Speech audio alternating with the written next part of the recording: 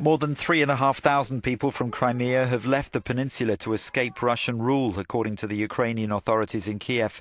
Dozens of families have come here to this reception centre in the capital. People began leaving Crimea after Russian troops invaded a month ago, and the exodus accelerated after the referendum. Ilvina, a Crimean Tatar who, like others, didn't want to be identified, came with her husband and 2 small children. We were afraid in Crimea. There were Russian troops. We packed all essential items, baby clothes, documents. It was scary leaving Simferopol. I was afraid the Russians would stop the train. I'd heard people had their passports torn and luggage searched. Some have praised the warm welcome they've received in Kiev and western Ukraine. Volunteers have donated food and other items.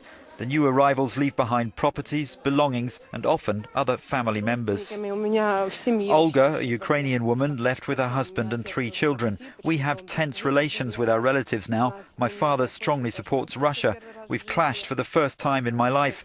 Before, we used to find compromises. He never yelled at me. Now it's become really bad. All our uncles and aunts turned their backs on us. It's very hard.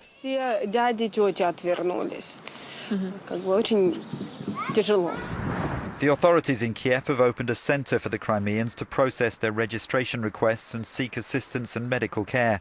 Ukraine's Prime Minister says the rest of the country can accommodate 23,000 from the peninsula. Several talk of wanting to return one day, but for now the focus is on settling into their new lives.